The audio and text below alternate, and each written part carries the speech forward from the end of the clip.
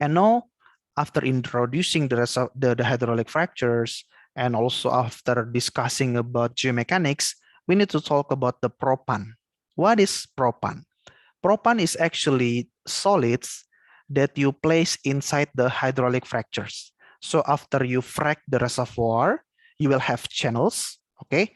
If you don't place something inside the fractures, then the earth, the reservoir will close again, okay? Due to the pressure, due to the stress coming from all direction, the fracture will close again. And if the fracture does close again, then you will fail. No use of fracturing your reservoir. Okay, so after you fracking or after you fracturing the reservoir, you need to place something, and that something is actually the propan. Okay, the propan. It's like sand. Okay, and we describe the size of this propan in mesh scale system. 1218, 1220, 2040, 4070. Okay, the first number means that materials can pass through by, for example, 20 mesh.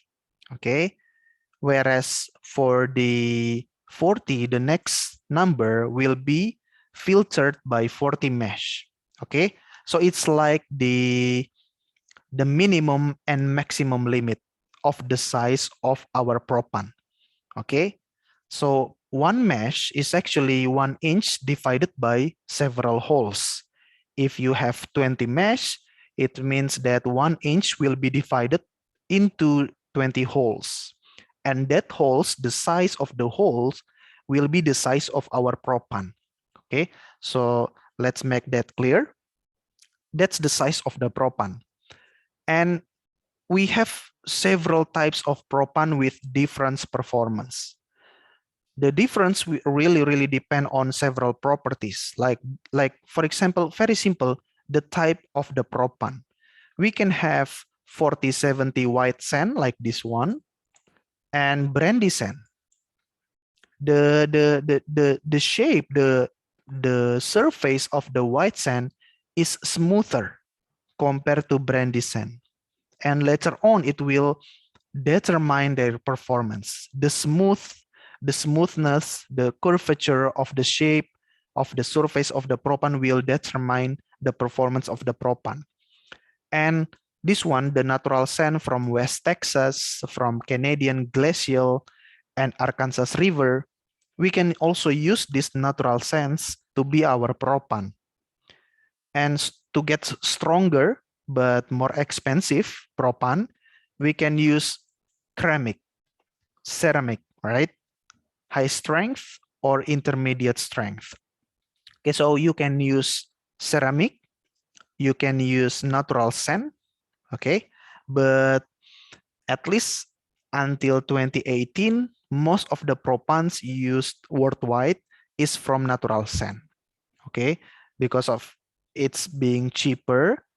But if you want to get more sustainable propan, I think you can use ceramic propan because it's stronger. Okay, and also the performance, the properties of the reservoir will be governed by the size, of course, the size of the propan. Of course, if you have bigger propan, you will have higher permeability of the propan bed, like this one. Okay, bigger propan, which is identified by smaller number, smaller mesh number. Okay, the bigger propan will give you higher permeability of the propan pack or propan bed inside the fractures. All right, so grain size is very important. So as designer or as production engineer, you need to determine, you need to estimate which size that is better or that is the best for your fracturing. And also not only size, but also the size distribution.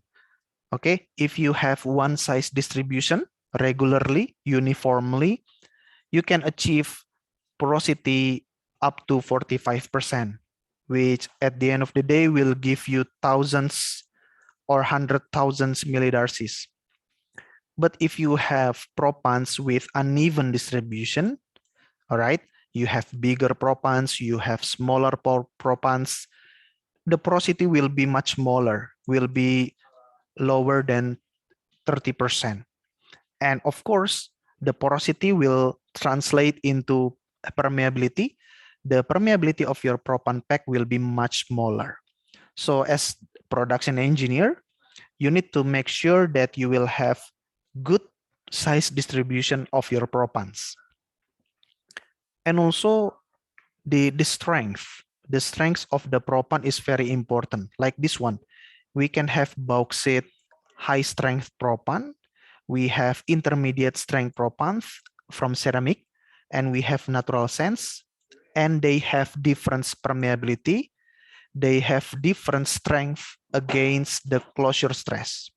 So the closure stress is the stress given or stress given by the reservoir to close the fractures. So the propan should sustain or should maintain its form against this closure stress coming from the reservoir or coming from the earth. Okay. And if you have weak propans, the propan will crush against under the closure stress, and it will reduce the conductivity of your fractures significantly. So you need to be careful. You need to have high permeability, but you need to make sure that you have proper strength to sustain against the closure stress. And not only that, the roundness and the sphericity of your propans is also very important. We don't want this one. We want this one. Okay, we want to have high sphericity. It's like a sphere, and we have high roundness, smooth, not edgy surface. Why? Because like this one, if you have, for example, natural sand as your propans, it's edgy, it's not like sphere. So under closure stress, there will be some localized stresses. All right. Some localized that are focused only in certain spots. And in that way, the propan will easily be crushed by the closure stress.